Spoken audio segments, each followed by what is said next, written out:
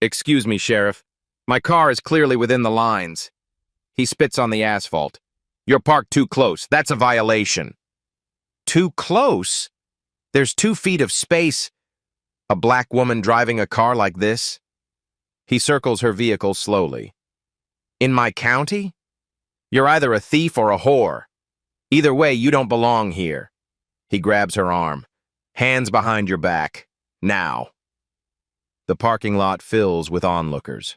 Phones raised, recording, smirking. A mother pulls her child closer but says nothing. Nobody helps. But in exactly 15 minutes, this sheriff will read one small business card. And for 15 seconds, he won't be able to say a single word. Let's rewind 2 hours before that moment in the parking lot. Saturday afternoon, June 15th. The Georgia sun beats down with the kind of heat that makes the air shimmer above the asphalt. Temperature sits at 94 degrees, not a cloud in the sky. The highway cuts through Holbrook County like a scar through farmland. Cotton fields stretch endlessly on one side. Pecan groves heavy with summer growth line the other. 18,000 people call this place home, living 90 minutes south of Atlanta, but feeling like a world apart. This is the kind of place where the same families have owned the same land for 5 generations. Where certain people run things and have always run things. Where change comes slowly, reluctantly, and often not at all. Where everyone knows their place, and God help anyone who forgets it. Pamela Crawford drives along this highway with her window cracked open. The warm air carries the smell of red Georgia clay and the promise of afternoon rain. Old soul music plays softly on the radio. Otis Redding singing about sitting on the dock of the bay. She hums along, fingers tapping the steering wheel in rhythm. She is 52 years old, a professor of criminal justice at Georgia State University, one of the most respected voices in her field. 20 years she has spent studying police reform, publishing research that has shaped policy across the nation. 3 books bear her name, cited in academic journals worldwide.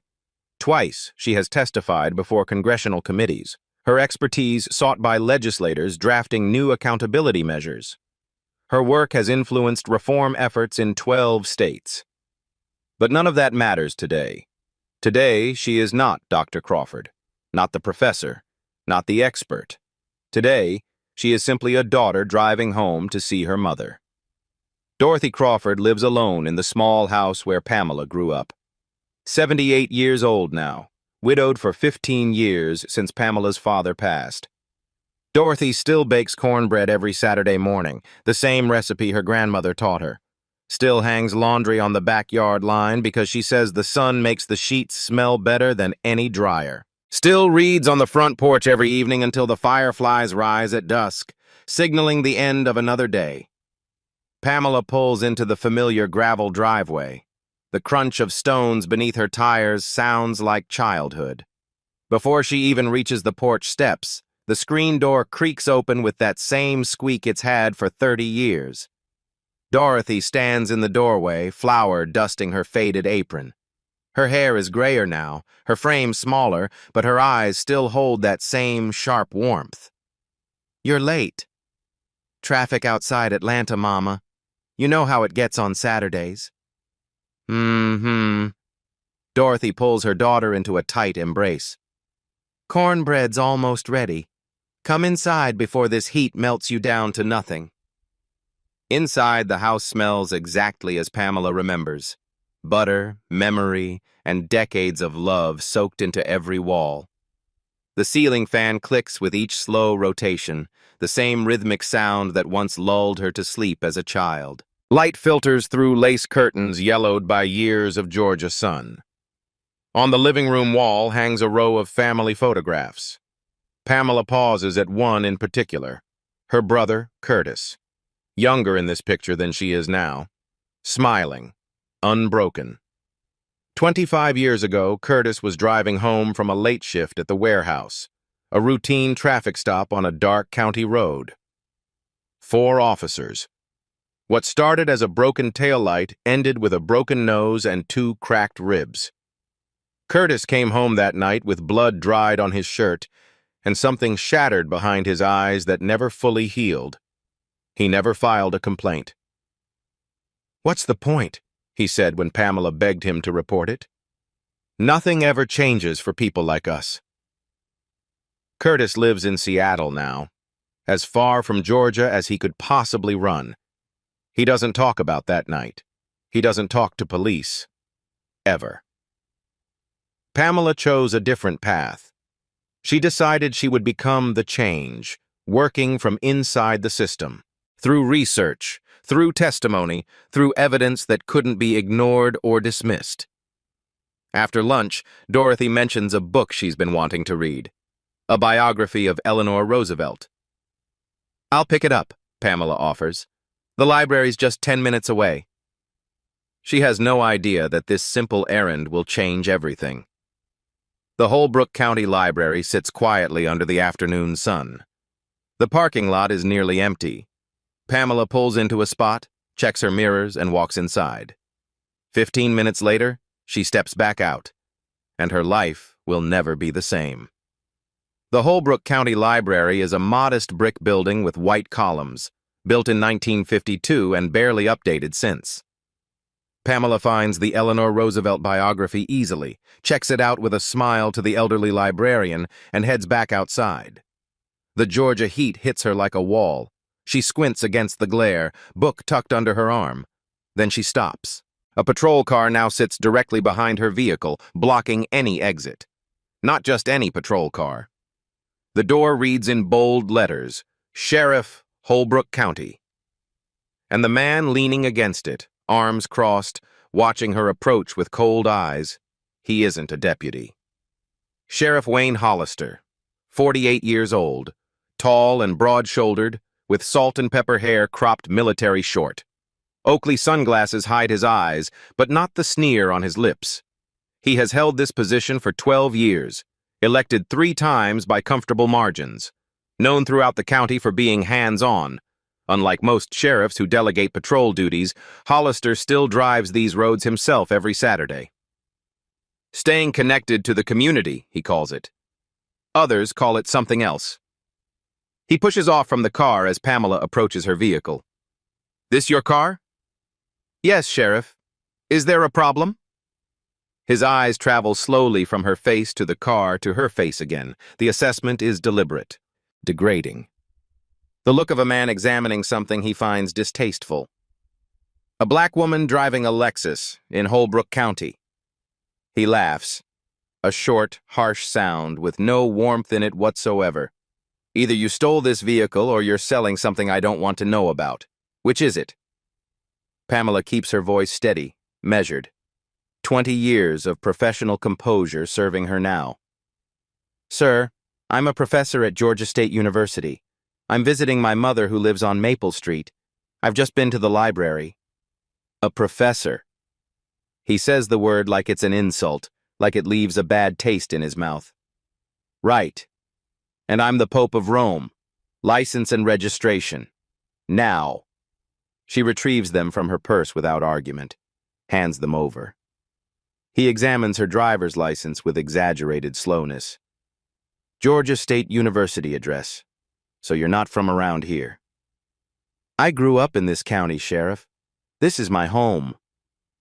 "Doesn't matter where you grew up. What matters is you're parked too close to the vehicle next to you. County Ordinance 14-9, that's a violation." Pamela glances at the gap between her car and the one beside it. 2 feet of space. Maybe more. Well within the painted lines by any reasonable measurement. "Sir, with respect, I'm clearly within the marked boundaries. Anyone can see you're parked where I decide you're parked." His voice hardens. "And I decide you violated Ordinance 14-9. His right hand moves to his chest. His fingers touch the body camera mounted there. The small red recording light blinks once, then goes dark. Pamela notices. She says nothing, but she notices. "Step out of the vehicle." "May I ask why, Sheriff?" Because I told you to. That's why. He steps closer, deliberately crowding her space, using his height and badge to intimidate. People like you need to learn respect. People like you need to understand how things work in my county. Now turn around. Put your hands behind your back. By now, a small crowd has gathered. Martha Shelton, 68 years old, a retired schoolteacher, watches from the library entrance with her hand pressed to her mouth in shock. Two teenagers stand near the sidewalk, phones raised, recording everything with eager grins. A man in a pickup truck has slowed down to watch the spectacle. Someone in the gathering crowd laughs. Someone else mutters something Pamela can't quite hear but can certainly imagine. No one steps forward to help. No one says a word in her defense. You're under arrest for disorderly conduct and obstruction of justice. I haven't done anything wrong. I was returning a library book. You were being uppity. That's more than enough for me. The handcuffs click shut. Cold metal bites into her wrists, pinching skin. He tightens them more than necessary. She can feel each ridge of the restraints pressing into her flesh. He grabs her arm roughly, marches her toward the patrol car. His hand presses down hard on her head as he shoves her into the back seat, not bothering to protect her from the door frame. The door slams shut with finality.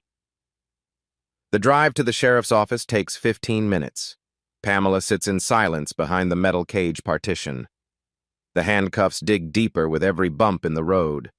Through the window, she watches the cotton fields roll past, the same fields she drove through as a child, feeling like a stranger in her own hometown. The Holbrook County Sheriff's Office is a single-story red brick building set back from the road. Inside, the booking area reeks of industrial bleach and coffee that's been sitting on the burner for far too long. Fluorescent tubes buzz overhead, casting everything in harsh, unflattering light. A young deputy stands behind the intake counter. He looks at Pamela, then at Sheriff Hollister, confusion flickering across his face. "Booker," Hollister orders. "Disorderly conduct, obstruction." The deputy hesitates visibly. "Sheriff? For parking?" "Did I ask for your opinion, deputy? Book her, now." Pamela is fingerprinted. The ink feels cold and greasy against her skin. She stands before the height chart while a camera flash captures her face from the front and side. Her mugshot is now permanently in the system. Then she speaks. Her voice remains calm, controlled, quiet. "Sheriff Hollister." He turns, irritation plain on his face. "Before you finish processing me, there's something you should see, in my wallet, inside pocket. There's a business card." Something flickers in his eyes. Curiosity, perhaps, or the first stirring of unease. He walks to the counter where her belongings sit in a clear plastic bin. Opens her wallet, removes a small white card. He reads it. Dr. Pamela Crawford, Professor of Criminal Justice, Georgia State University. Specialization, Police Reform, and Accountability. He freezes. The color drains from his face like water from a sink. The booking room camera mounted in the corner records everything. 15 seconds pass. No one speaks, no one moves, no one breathes.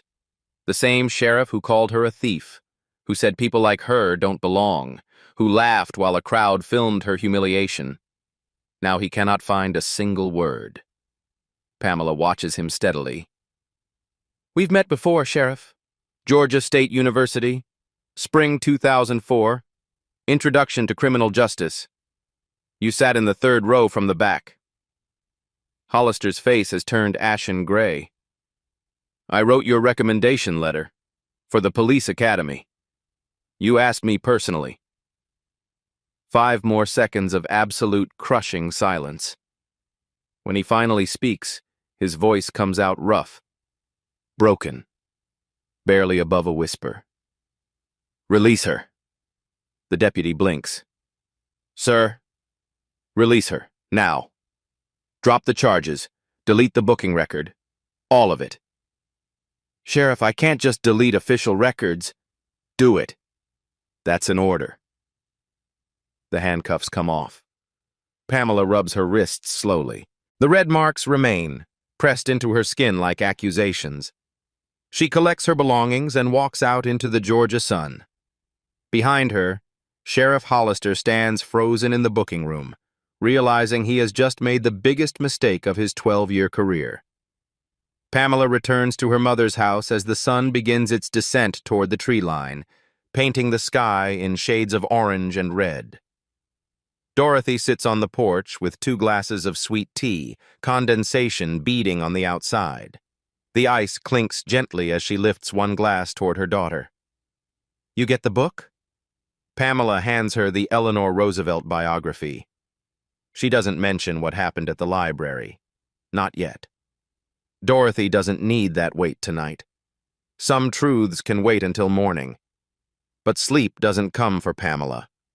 Past midnight, she sits at the kitchen table, laptop open, the glow of the screen the only light in the dark house. She writes everything down. 8 pages of meticulous documentation. Every word spoken, as close to verbatim as memory allows. Every timestamp she can reconstruct. The exact moment Hollister's hand moved to his body camera, the 15 seconds of frozen silence, the order to delete her records. She has spent 20 years teaching law enforcement accountability. Now she documents her own case with the same precision she would demand from any research subject. Monday morning, 9 o'clock sharp. She drives to the Holbrook County Sheriff's Office and files a formal complaint. Form IA-9, 8 pages, every detail accounted for. The receptionist accepts the paperwork with a face carefully blank of any expression. "This will be reviewed by our Internal Affairs Division. You'll receive a response within 60 days. 60 days. Pamela knows exactly what that means. 60 days for evidence to conveniently disappear, for witnesses to forget or be persuaded to forget, for the story to fade from public memory, for the whole thing to be quietly buried. She files a separate request under the Georgia Open Records Act. Then she drives back to the library. Martha Shelton is there, returning a stack of romance novels, the same elderly woman who watched from the library entrance while Pamela was arrested. "Mrs. Shelton? I'm Pamela Crawford. We haven't formally met, but you saw what happened on Saturday." Martha's eyes widen with recognition. And something else. Fear, perhaps. Or guilt. "I saw everything," Martha says quietly. "You didn't do anything wrong. You were just walking out of the library with a book. A library book, for heaven's sake. The way he spoke to you, the things he said." She shakes her head slowly. "I've lived in this county for 40 years. I know how things work here, but someone needs to say something. It's not right. Would you be willing to provide a written statement? Something official?" Martha glances around the quiet library, checking who might be listening. "Yes," she says finally, straightening her spine as if making a decision she's been avoiding for a long time. "Someone has to stand up. Might as well be me." Pamela files Martha Shelton's witness testimony that same afternoon. Back at Dorothy's house, she searches online for local journalists. The Holbrook Gazette is a small newspaper with limited circulation, but it has one investigative reporter on staff, Diane Foster. Pamela composes an email with the same care she would give an academic paper. "My name is Dr. Pamela Crawford. I am a professor of criminal justice at Georgia State University. On Saturday, June 15th, I was arrested by Sheriff Wayne Hollister for allegedly parking too close to another vehicle. I was called a thief because I am a black woman driving a nice car. I was told that people like me don't belong in Holbrook County. I was fingerprinted and photographed before being released. I do not believe I am the first person this has happened to." Meh. 3 hours later, her phone rings. Diane Foster is 44 years old with sharp, assessing eyes and a direct manner that wastes no time on pleasantries. They meet at a coffee shop in the next county over, well outside Hollister's jurisdiction. "I've been watching Sheriff Hollister for 5 years now," Diane says, sliding a thick folder across the table. "You're definitely not the first person to tell me this kind of story, not even close." How many others? Diane opens the folder. Inside, 14 names arranged chronologically, each with an attached incident summary. 14 arrests over the past 5 years, all made by Sheriff Hollister personally, not by his deputies. Him. Every single charge was dropped within 24 to 48 hours. Pamela scans the list carefully. The alleged offenses read like a catalog of manufactured pretexts. Jaywalking, loitering, suspicious behavior, failure to signal, various parking violations. Every charge dropped, Pamela repeats, but the arrests remain on record. Exactly. He doesn't need convictions. He just needs the arrest itself. The mugshot, the fingerprints, the booking record. Those stay in the system permanently, even when charges disappear. Try explaining an arrest record on a job application. Try getting a promotion with your mugshot floating around online for anyone to find. Pamela studies the 14 names more closely. 12 of the 14 are black, in a county where black residents make up 31% of the population. 68% of his personal arrests target black residents. He profiles openly because he doesn't believe anyone will ever hold him accountable. And for 12 years, he's been right. These people, have any of them spoken out? Diane shakes her head. Most are too scared. Some have moved away. A few tried to complain through official channels. Internal Affairs, which is run by Under Sheriff Earl Bridwell, Hollister's right-hand man, ruled every single complaint unsubstantiated. Case closed. No action taken. Pamela closes the folder. Maybe this time will be different. Maybe. I have a source. Former IT contractor for the sheriff's office. If we need technical evidence, digital records, he might be willing to help. They think they're building a case. They think the truth will protect them. They have no idea what's coming. The story breaks before Diane can publish her carefully researched article. Someone leaks the basic details to WLB-TV in Albany. A news crew shows up at Dorothy's house unannounced, cameras already rolling. Pamela gives an interview on the front porch. The same porch where she used to catch fireflies as a child, now bathed in the harsh light of television equipment. The segment airs that evening. The headline is irresistible, engineered for maximum viral spread. Sheriff arrests black professor for parking too close, goes silent after reading her business card. Within 48 hours, the video has accumulated over 180,000 views and counting. The hashtag #JusticeForPamela begins trending across Georgia, then spreads to neighboring states. Comments flood in by the thousands, expressions of outrage, disbelief, solidarity. Strangers share their own stories of similar encounters. The internet, for once, seems to be on the side of justice. Pamela allows herself a moment of hope. Maybe sunlight really is the best disinfectant. Maybe this time, the system will actually work. Then Sheriff Hollister holds a press conference. He stands behind a polished wooden podium, the Holbrook County seal displayed prominently behind him. Under Sheriff Earl Bridwell flanks him on the right.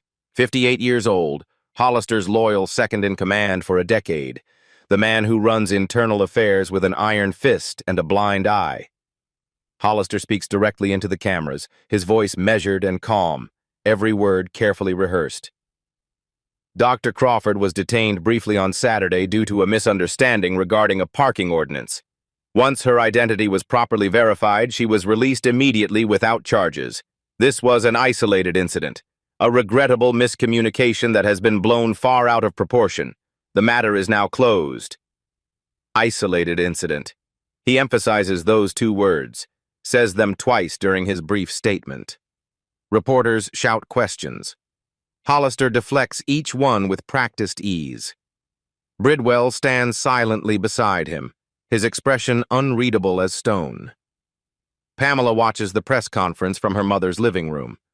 Dorothy sits beside her on the old floral couch. Isolated incident, Pamela says bitterly. 14 people might have something to say about that. Her phone buzzes. An email notification. Georgia State University, Office of the Provost. She opens it with a growing sense of dread. Reads it once, reads it again, hoping the words might rearrange themselves into something different.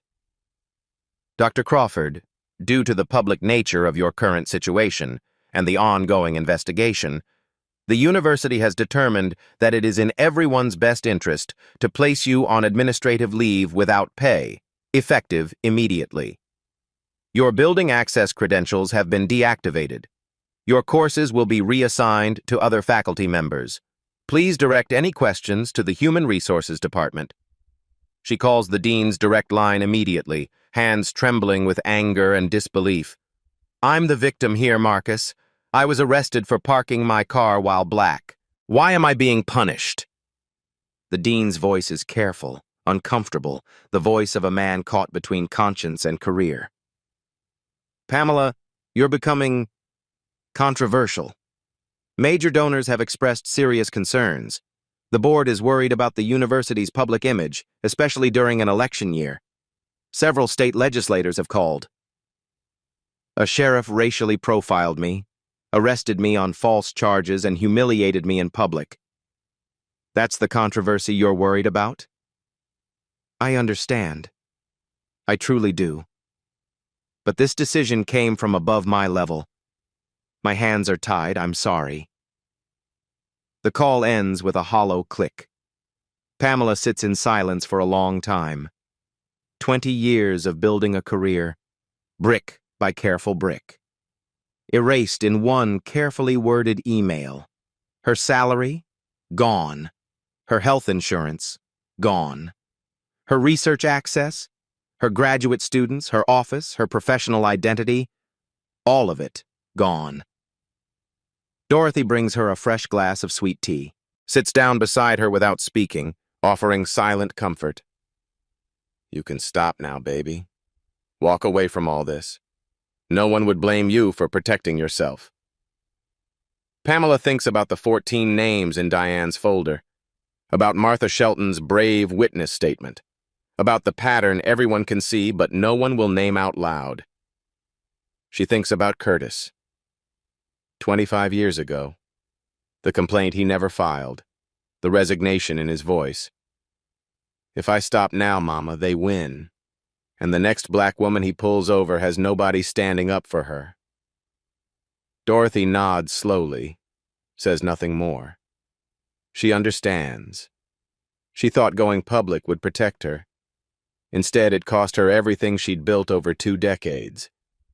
But she wasn't done paying the price. Not even close. Diane Foster arrives at Dorothy's house the following morning, a thick manila folder tucked under her arm, and exhaustion written across her face. I got the complete personnel file through open records, and 5 years of arrest statistics. You need to see this. They spread the documents across Dorothy's kitchen table. Coffee percolates on the counter, filling the small room with its familiar aroma. The personnel file confirms what Pamela already suspected. Wayne Hollister graduated from the police academy in 2006, joined the Holbrook County Sheriff's Office as a deputy that same year, rose steadily through the ranks, collecting commendations and political allies along the way, elected sheriff in 2012, re-elected twice since then by comfortable margins. But there's something else buried in the file. Something that makes Pamela's breath catch in her throat. Before Holbrook County, Hollister worked as a deputy in Mercer County from 1998 to 2002. Mercer County. That's where Pamela's family lived in 1999. That's where Curtis was beaten during a traffic stop by officers who were never identified, never disciplined, never held accountable. She sets that thought aside for now. One investigation at a time. Focus on the evidence in front of her. The arrest data tells an even clearer story. Between 2019 and 2024, Sheriff Hollister personally conducted 89 arrests. Not arrests made by his deputies while he supervised from a distance. Him, directly, personally. Of those 89 arrests, 61 involved black residents. 68%. The population of Holbrook County is 31% black. This disparity doesn't happen by accident, Pamela says quietly, her academic training kicking in despite everything. This is systematic targeting, deliberate, documented, undeniable. He profiles openly, Diane agrees, because he doesn't believe anyone will ever hold him accountable. And for 12 years, he's been absolutely right. They begin contacting the victims on the list, one by one. Derek Wilson answers on the second ring, 34 years old, works at an auto repair shop now, but once had bigger dreams. I was arrested in 2021 for jaywalking, he says, his voice carrying the weight of exhausted resignation. Jaywalking. I was crossing the street to get to my own car parked on the other side. Broad daylight. No traffic. He drove up, told me I was breaking the law, put me in cuffs before I could say a word. He pauses, collecting himself. Charges got dropped after 20 hours, but that arrest showed up on every background check afterward. Lost a job offer at a distribution warehouse. Good job, too. Benefits, retirement plan, gone because of a mugshot for crossing the street. Another pause. You know what he said to me while he was cuffing me? Boy, you people need to learn to stay in your lane. I stopped fighting after that. Figured nobody cared what happens to people like us. Teresa Dawson is 29, has a degree in business administration that she's never been able to fully use. I was arrested in 2022 for suspicious behavior, she says with a bitter laugh. You know what I was doing? Sitting in my parked car outside a convenience store, waiting for my friend's shift to end so we could grab dinner. That was the crime. Sitting in my own vehicle, being black in public.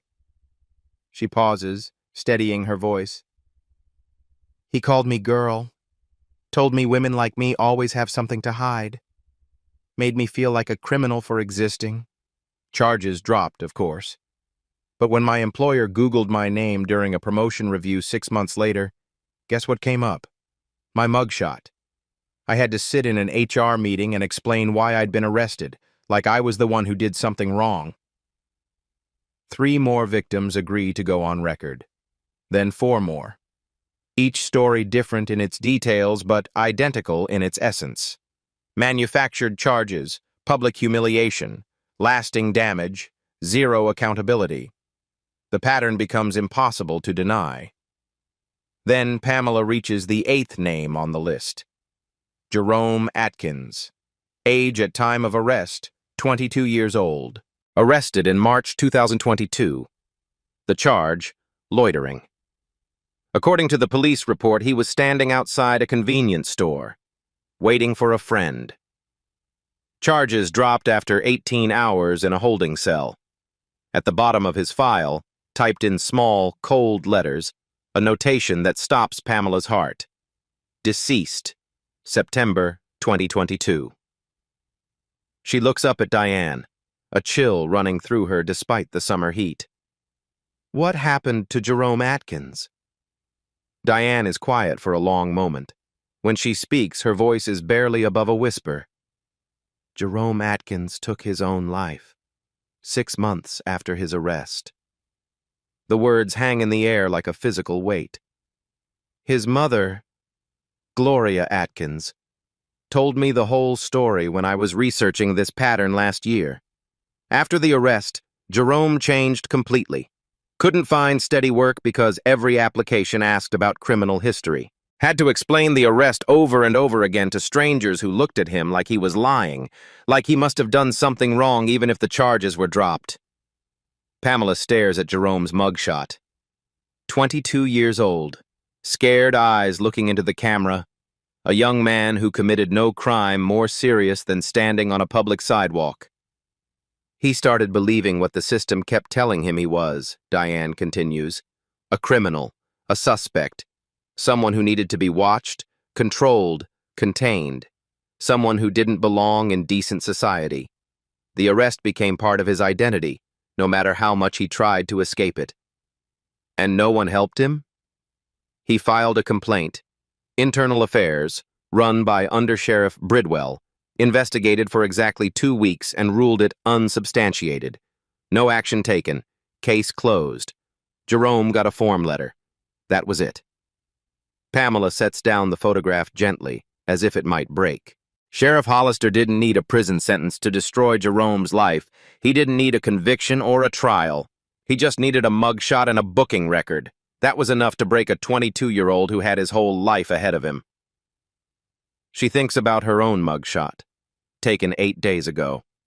Still somewhere in the system, despite Hollister's panicked order to delete it. Gloria Atkins, Jerome's mother. Would she be willing to talk to us? I asked her last year. She wasn't ready then. Said she was tired of talking to people who expressed sympathy but never actually did anything. Tired of being a story instead of a cause. Ask her again. Tell her this time might be different. Jerome Atkins was 22 years old.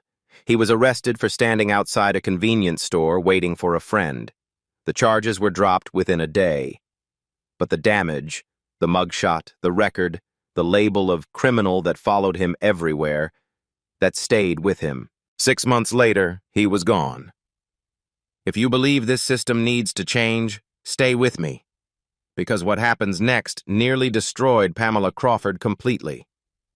That night, Pamela sits alone on her mother's front porch. Fireflies drift lazily across the darkened yard. The ceiling fan clicks its slow rhythm overhead. Somewhere in the distance, a dog barks once and falls silent. She thinks about Jerome Atkins, 22 years old. She thinks about Curtis, the complaint he never filed, the resignation that settled into his eyes and never left. She thinks about her own recommendation letter, written 20 years ago with such optimism. Wayne Hollister demonstrates genuine interest in law enforcement. I believe he has the potential to serve with integrity. She was wrong. She helped create the monster. And now she has to stop him. The investigation was building momentum. Evidence was mounting. But the system was about to strike back. And they wouldn't target Pamela directly. They would go after the person she loved most in the world. The threats begin Thursday. An anonymous post appears on a local forum. Dorothy Crawford's full name. Her address on Maple Street. A photograph of her house. The caption, "She wants to destroy our sheriff. Let's see how her family likes feeling unsafe." Pamela reports it to law enforcement, to the Holbrook County Sheriff's Office. A deputy takes her statement. "We'll monitor the situation, ma'am." Nothing happens. The emails arrive next, 5 of them over 3 days. Email 1. "Watch your back, Professor, and your mother should watch hers." Email 2, sent to Georgia State. "Why are you protecting this cop-hating bitch?"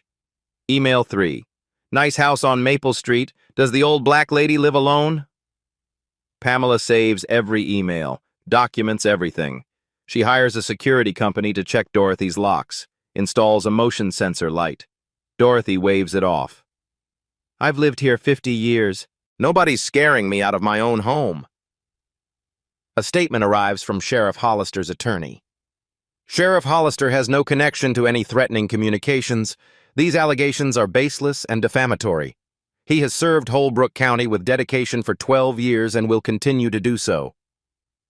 The statement says nothing about the 14 arrests, nothing about Jerome Atkins, nothing about 68%. Friday night. Pamela stays at a motel outside the county line. She needs quiet to work. Her phone rings at 3:52 a.m. "Ms. Crawford, this is Holbrook General Hospital. Your mother has had a stroke. She's being stabilized. You should come immediately." Pamela drives 90 minutes through darkness, hands shaking on the wheel. The hospital is small. White walls, fluorescent lights, the smell of antiseptic and fear.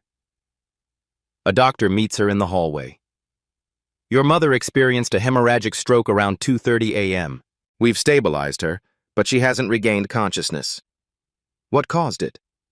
"Severe stress appears to have been a factor. Her neighbor found her on the kitchen floor after hearing glass break." Glass break. Pamela walks to Dorothy's room. Her mother lies motionless. Monitors beep. An oxygen mask covers her face. A police report sits on the bedside table. Vandalism reported at 2:18 a.m. Brick thrown through front window. Note attached. Stop or else. Homeowner found on kitchen floor, transported to hospital following cardiac event. 2:18 a.m.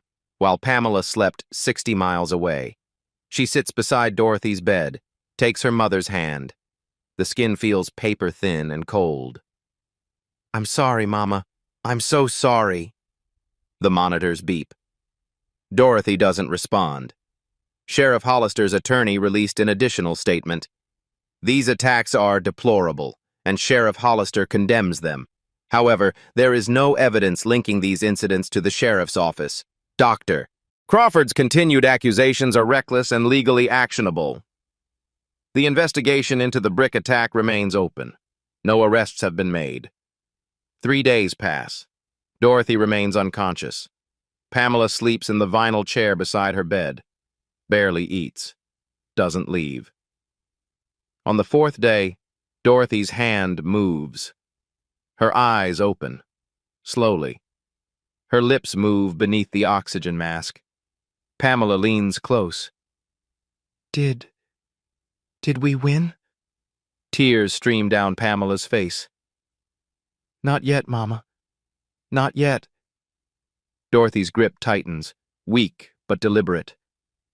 "Then, don't stop. Mama, if you had died because of me..." Dorothy's voice is barely a whisper, but the steel beneath it is unmistakable. "That boy, Jerome, he didn't have anyone to fight for him. You fight. You hear me?" Pamela bows her head. The tears fall. "Okay, Mama. Okay." They couldn't silence the daughter, so they went after the mother. Dorothy Crawford, 78 years old, living alone, paid the price for her daughter's courage. The days blur together in that hospital room. Dorothy improves slowly. Her speech returns. Her right side is weak but responding to therapy. The doctors say she'll recover. It will take months. Pamela sits with her every afternoon. They talk about small things, the garden needing water, the neighbor's new dog, the Eleanor Roosevelt book still waiting on Dorothy's nightstand. One afternoon, Dorothy asks about Curtis. "Have you called your brother?" He didn't answer. He's scared for you. And ashamed. That he didn't fight when they hurt him. That you're fighting and he didn't. Pamela looks at her mother. That was different. He was alone. Are you alone? The question hangs. Pamela thinks about Diane Foster, her ally, her partner in this investigation. But Diane has been quiet lately, missed meetings, returned calls slowly. Something is wrong. I don't know, Mama. That night, Pamela reviews everything. Dashcam footage. She has a copy. Booking room footage. Still officially corrupted. 14 arrest records, legally obtained. Jerome Atkins's file with deceased in red. 7 witness statements. A petition with 2,500 signatures. ACLU Georgia has sent a letter to the county board. A civil rights attorney has offered pro bono representation. The county council has scheduled a special session. 2 weeks away. Everything is moving forward. So why does she feel like something is about to collapse? She calls Diane. Voicemail, texts. No response for hours. Finally, we need to talk. Tomorrow, not over phone. Pamela stares at the message. Something is very wrong. She thinks about her mother's question. Are you alone? She remembers Dorothy's words. Don't stop. She remembers Jerome Atkins. No one to fight for him. She picks up her phone. Calls Curtis. This time he answers. Pamela, I need to ask you something about 1999. The deputy who hurt you. Do you remember his name? Long silence. No, I only remember. He was young, brown hair, and he smiled while he did it. Pamela closes her eyes. I think it was him, Curtis. Hollister was in Mercer County from 1998 to 2002. Silence. That doesn't change anything, Curtis finally says. It changes everything for me. Pamela could stop here. Her mother nearly died. Her career is destroyed. Her brother won't join her. No one would blame her for walking away. But Dorothy Crawford from her hospital bed told her daughter to keep fighting, and Pamela Crawford doesn't break promises to her mother. What happens next will test her in ways she never imagined. She thought she knew who stood beside her. She thought Diane was an ally. She was about to learn the price of trust. They meet at the coffee shop outside the county line. Same booth. Diane looks different. Dark circles under her eyes. Hands that won't stay still. What's going on? Diane stares at her coffee. I got an email yesterday. Anonymous. Screenshots. She slides her phone across the table. Email exchanges between Diane Foster and Under-Sheriff Earl Bridwell. Email 1, Bridwell to Diane. Sheriff Hollister is a good man. The county is looking for a PR director. $85,000. Full benefits. I think you'd be perfect. Email 2, Diane to Bridwell. I need to think about it. Email 3, Bridwell to Diane. I understand your mother needs heart surgery. Medical bills are difficult. Our county health plan is excellent. Email 4, Diane to Bridwell. I'll soften the angle. Pamela reads it 3 times. You sold me out. Diane's eyes are wet. Pamela, let me explain. $85,000. That's what your integrity costs? My mother needs heart surgery. $40,000. I don't have it. I couldn't. You had a choice. You could have told me. We could have figured something out. Instead, you went behind my back. Diane shakes her head. I didn't take the job. I just told them I'd soften the story. You compromised everything. You gave them leverage. I know. God, I know. Pamela stands, leaves money on the table. We're done. Pamela, I trusted you. You were the only journalist who took this seriously, and you sold me for a job offer. She walks out without looking back. The drive back takes 40 minutes. Pamela grips the wheel until her knuckles turn white. She has lost everything. Career, gone. Mother, nearly killed. Alley, bought. The county council session is 12 days away. Without Diane's story, media pressure will fade. Without pressure, the council might postpone indefinitely.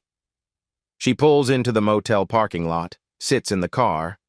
She thinks about quitting, going home, taking care of Dorothy, letting it go. Then she hears Dorothy's voice.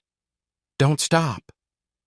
She hears Jerome Atkins's mother, a woman she hasn't met yet. He didn't have anyone. Pamela picks up her phone. The ACLU attorney, the civil rights lawyer, the 7 witnesses. She doesn't need Diane Foster. She'll fight alone if she has to. She thought she'd lost everything. She was almost right. But one phone call was about to change everything. 2 days later, County Council announces a preliminary vote. Without new evidence, they're considering postponing indefinitely. Insufficient grounds for review. Pamela has 48 hours. Her phone rings at 9 p.m. Unknown number. Dr. Crawford? Raymond Oates, former IT contractor for the sheriff's office. Diane Foster mentioned me. What do you want? To help. Walmart parking lot on Highway 19, tonight. I'll be in a blue pickup. She hesitates. Could be a trap, but 48 hours, no other options. 30 minutes. Raymond Oates, 51 years old, gray hair, tired eyes. He leans against his truck. They fired me 4 months ago, called it budget cuts. Real reason? I wouldn't delete what they told me to delete. What did they want deleted? He reaches into the truck, pulls out a USB drive. Booking room footage from June 15th. 11 minutes. Your arrest. The business card. 15 seconds of silence. The sheriff ordering your record deleted. Pamela stares at the small plastic object. They said that footage was corrupted. It wasn't corrupted. It was deleted. 48 hours after your arrest, I was told to wipe it from all backup servers. But you didn't. Made a copy first. Insurance. He hands her the drive. There's more. Deletion log shows exactly when and who. Admin Bridwell, the undersheriff's account. Pamela's heart pounds. This proves cover-up. It proves they tried and failed. Metadata's intact. Any expert can verify. Why now? Why risk everything? Raymond looks away, then back. I have a granddaughter, 16, black, beautiful, smart, wants to be a doctor. He pauses. Every time she drives somewhere, I worry. Think about what could happen if she gets pulled over by someone like Hollister. He shakes his head. 20 years I kept my head down, followed orders, looked away. Can't do it anymore. Pamela holds the USB drive carefully. I have 36 hours. Get it to the ACLU tonight. She extends her hand. Thank you. He shakes it. Make it count. 12 hours later.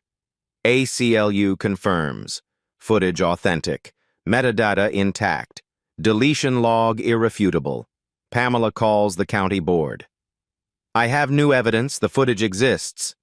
The special session will proceed, and Gloria Atkins finally returns Pamela's call. I'll be there. I'll testify. The pieces were falling into place, but the hardest moment was still ahead. Thursday evening, 6 o'clock, County Council Chamber.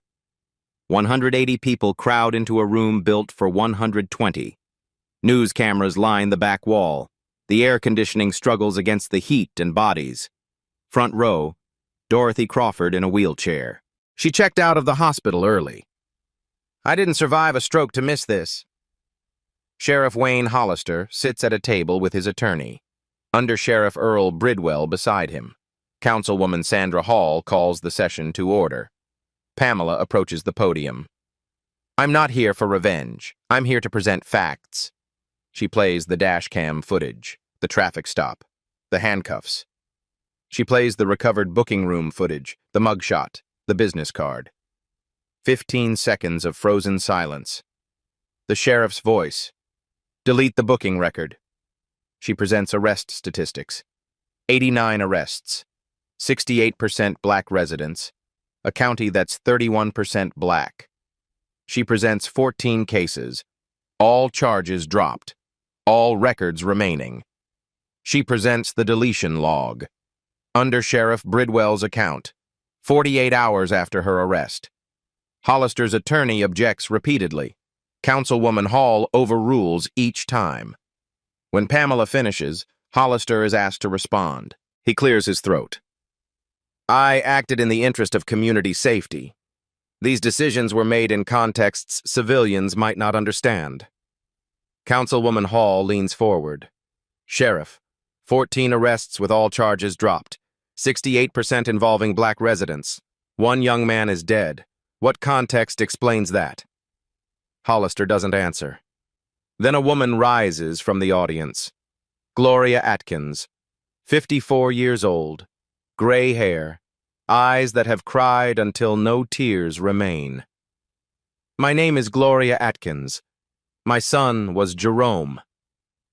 The chamber falls silent. Jerome was arrested by Sheriff Hollister in March 2022. His crime? Standing outside a convenience store, waiting for a friend. He spent 18 hours in a cell. Charges dropped the next day. She pauses. 6 months later, my son was gone. Someone gasps. A woman begins crying. He couldn't find work.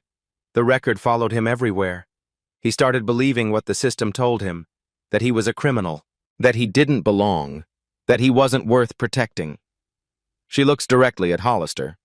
My son didn't die because he was weak. He died because you broke him. And you walked away like he was nothing. Gloria sits. The room stays silent.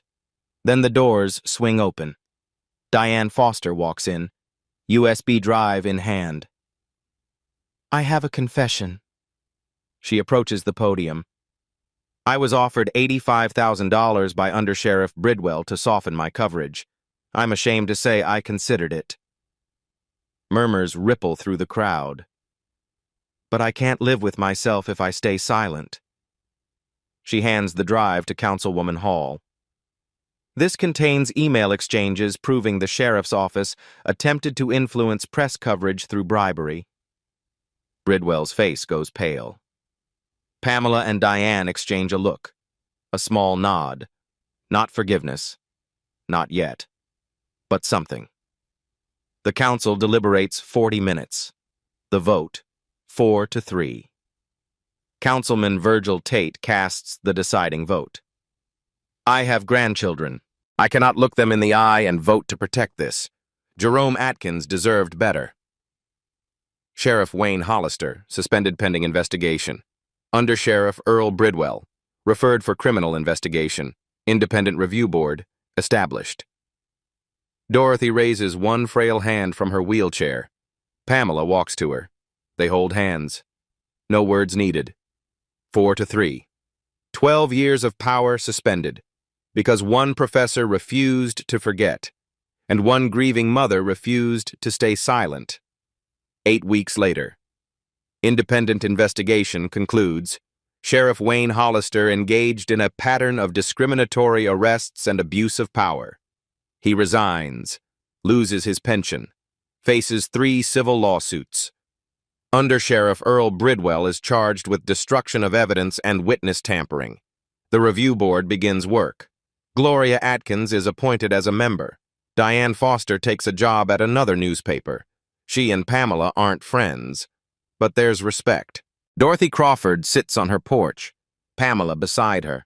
Fireflies drift across the yard. Dorothy holds the Eleanor Roosevelt biography. Finally finished.